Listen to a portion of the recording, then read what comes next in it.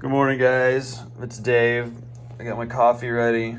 I got my iPad ready to write some stuff down. Keyboard if I need to type it, and my screens are up. So I'm upstairs today because I have a lot of big work to do today. So I need to make sure that I have lots of room. Anyways, good morning. I'm glad you are here today with me, or good afternoon, wherever you're from. Good day. Good day. That's a good way to start off. So let me show you guys what I'm listening to, or what I started kind of doing too. I hope there's not an ad up here. And there is. Let's skip this ad, because I'm not playing Barbie ads in the background while I'm working. I found this YouTube channel called Ambient Worlds, and they have Hagrid's Hut, Harry Potter music, and ambient rain night sounds. So I was playing this last night while I was just kind of messing around on my iPad, and it's just super calming, super chill. And what I started doing is that I'm playing, oh my gosh, I started playing music in this room because it feels more background-like. And I don't know if that's just I don't know, let me know what you guys think. I used to play stuff in the office, but I kind of prefer it to kind of be distant when I'm working, where it's back here, it's there, but it's not so much in my face. I don't know if that's just me or if other people are like that. So I have the music playing in here. It's on the soundbar, so it sounds good, I can hear it. And then over here, it's just back there. It's just back there, I can still hear it. You might not be able to hear it on here. And then I put the speakers that we had on the desk, I just connected those directly to the record player. And occasionally, I will take a record and just play it. These are all records where I know the music really well. So I found that if I know the song, it doesn't distract me as much when I'm working over here. Also, I got this record the other day. This is one of Molly's favorite albums. I love it too. I love Alanis Morissette. They had it at Walmart for I think it was $12, $13, half off.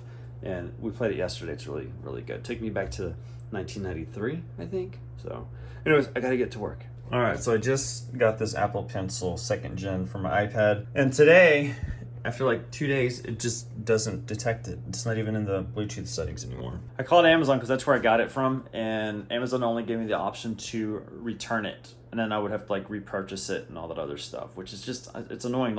In the past, I could just have it sent to me, and I send the old one, and it's here before I know it. So I was like, this is Apple. I called Apple, and they have me scheduled with Best Buy or an Apple store. I chose Best Buy because it's closer, and it looks like they're going to be able to replace it as soon as possible, as long as they have it in stock. So thank you, Apple. Don't forget to do that. If you ever have problems with your Apple products, call Apple first. Don't go to the place you got it. Okay, I just got something in the mail that goes with this TV here. It's an accessory that goes to it. I'm all about sound and how things, I don't know, sound is such a big part of when you're watching movies and TV and stuff like that. And I think you guys know where I'm going with this, but so I haven't seen a lot of reviews on this. There's a few out there on YouTube, but this is the Sony S400. The S400, 330 watts. It's a 2.1 channel soundbar with a subwoofer, a wireless subwoofer, just like all the other ones that we have in the house, but I do not have a Sony. So this one was a really, really good price. It is open box, which is fine. I've gotten some open box stuff before at Best Buy, which has been bad. Some of it's been really, really good. This one looks pretty good. I'm just seeing some tape right here, so I think it's gonna be okay.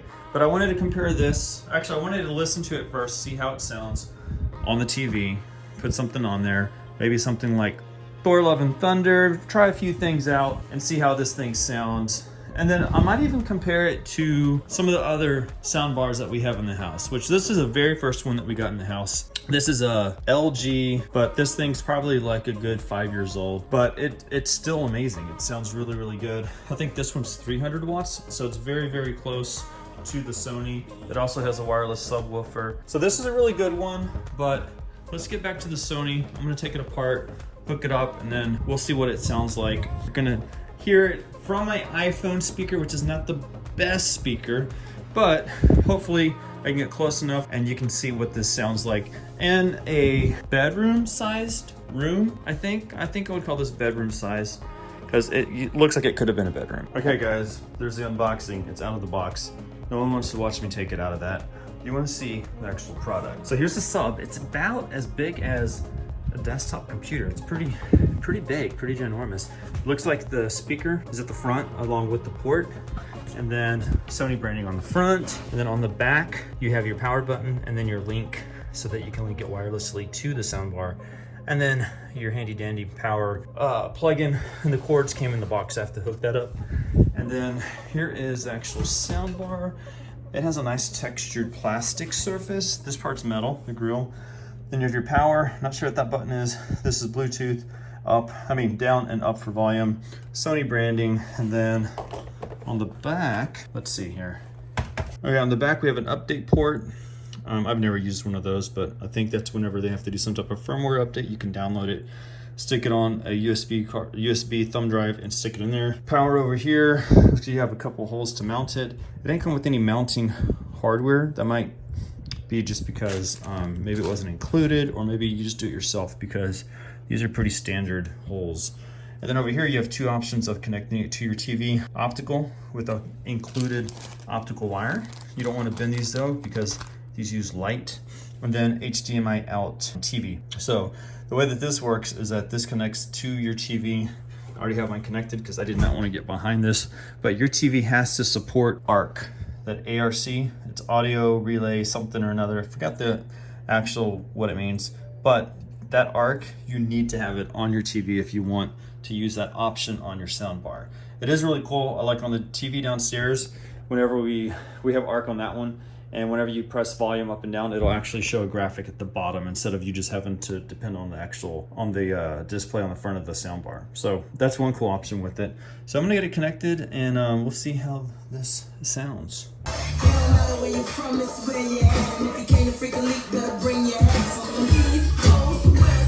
Okay, Jaden, Liam, and I just finished the She-Hulk last episode. There's a good song at the end. I'm gonna use that as a basis for this sound bar.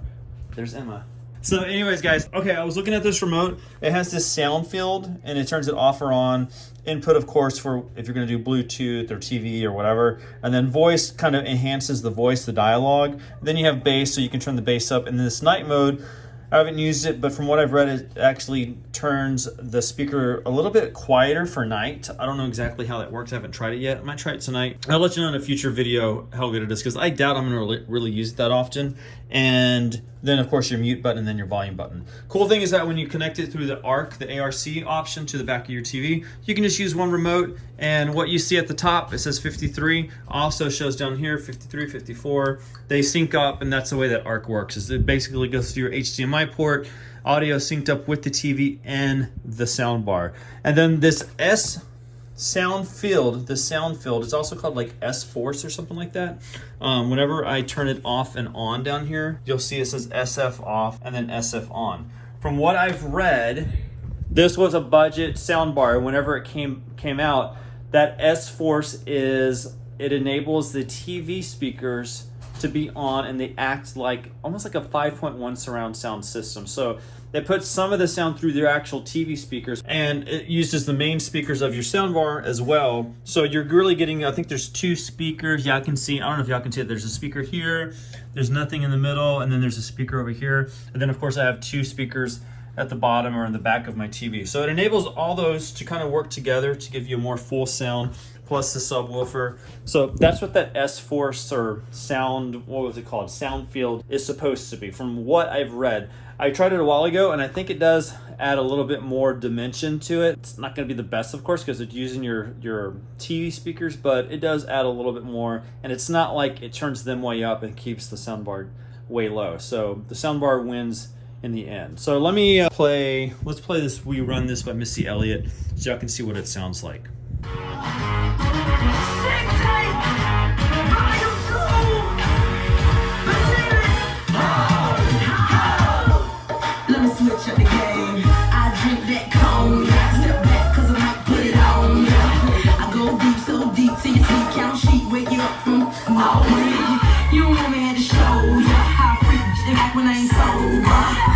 Okay, I'm really impressed with the sound of this.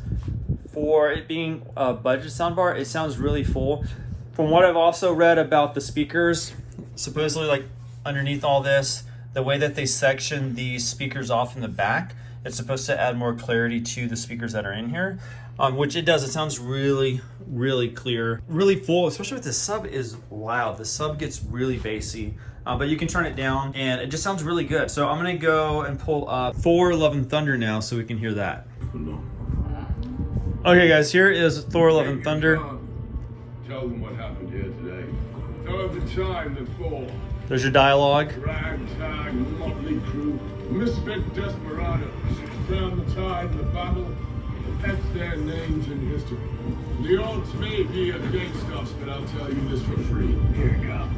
This ends here and now. Here comes some music.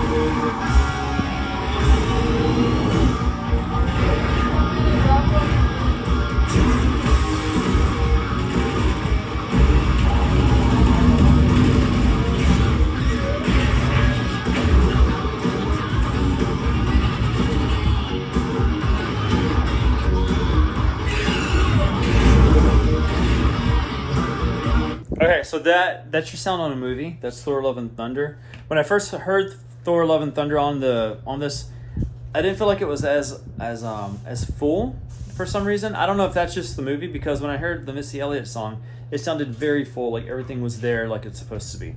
So I don't know if it's just the movie or if I can try a different movie. It does sound really good, but it is, when I first listened to it compared to like the Missy Elliott song, it didn't sound like as full. The sound didn't sound as full. Now I'm gonna go pick it up on, I'm just gonna use one sound bar, the very first sound bar that we got, to play it on that to see how it compares to this one. Okay guys, so I just pulled up, we run this, the same song that we had on the other TV, and let's give it a listen on this LG. I have to look the model number up because I totally forgot what this is, but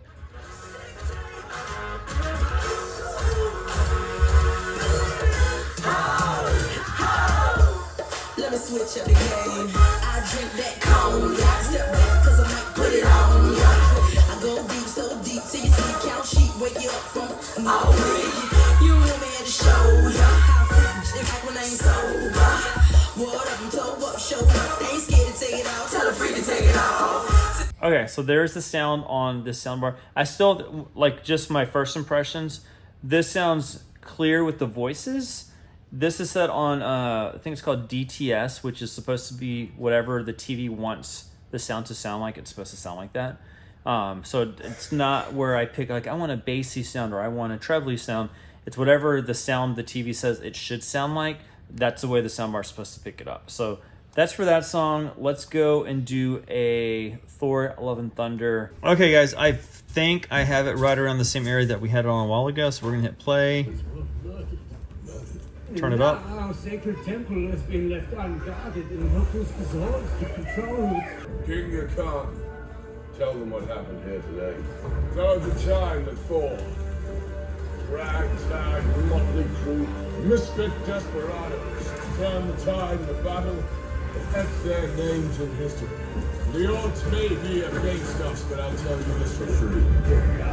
This ends here and now!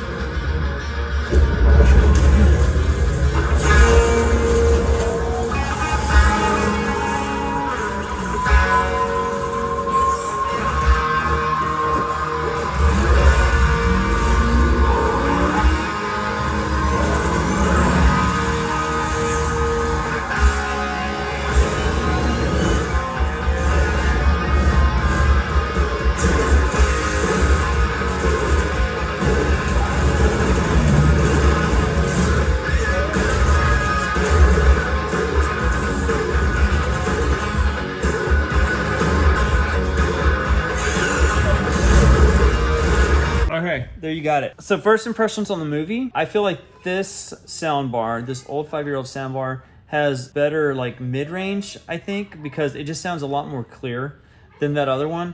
Now, it's not really fair to be apples to apples because, you know, this thing has a lot more speakers than the other one. So I don't know exactly how this movie's shooting out of these speakers, if this one can do certain tones and this one's doing another one and this one's doing, you know, like, so there's 3 speakers on each side versus the soundbar in there is only 1. So, you know, it might not be fair to call it apples to apples, but this old LG, I think, still holds up on its own. I like the Sony. Totally like the Sony. I think it's a good budget one, but I think when it first came out, they were selling it for like $400. I would not pay $400 for that. I think if you can find it for like $100 or less, then it's totally worth it. I paid $75 for this one. It was like one of those Black Friday deals, like I said earlier. But I'm very happy with this one in here. This is on a smaller TV for the office. I think this is going to be great for this room, especially if people come up here and we can get a recliner or a couch in here. Then it's going to be great. It's going to be great sound, football games, stuff like that for like my brother-in-law. If he comes up here, just wants to get away from everybody, all the kids. This is a good option.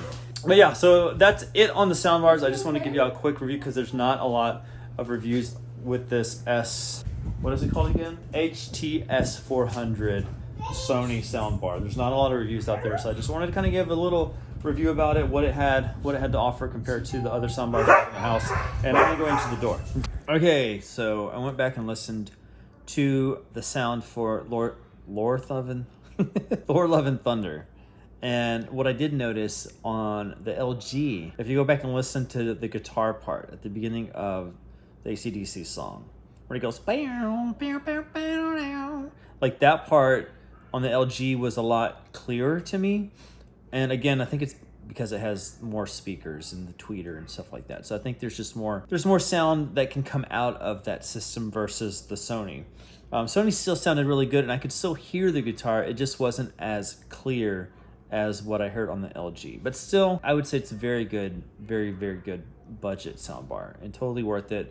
I would probably get it more for like a bedroom or an office versus for like the game room or a family room or somewhere where you're really gonna have the whole family and you want like really good audio. Anything is better typically than your TV speakers. So anyways, guys, sorry for nerding out today, but I just noticed there's not a lot of reviews out there on that soundbar, and I wanted to put something out there for other people to come across if they're interested in seeing something or checking that S400 out. That's gonna be it for this video. I'm gonna chill out and watch some TV downstairs, and then I'm gonna hit the sack because tomorrow is finally Friday. Y'all have a good weekend, and yeah, thanks for watching. I'll talk to you on the next video. Bye.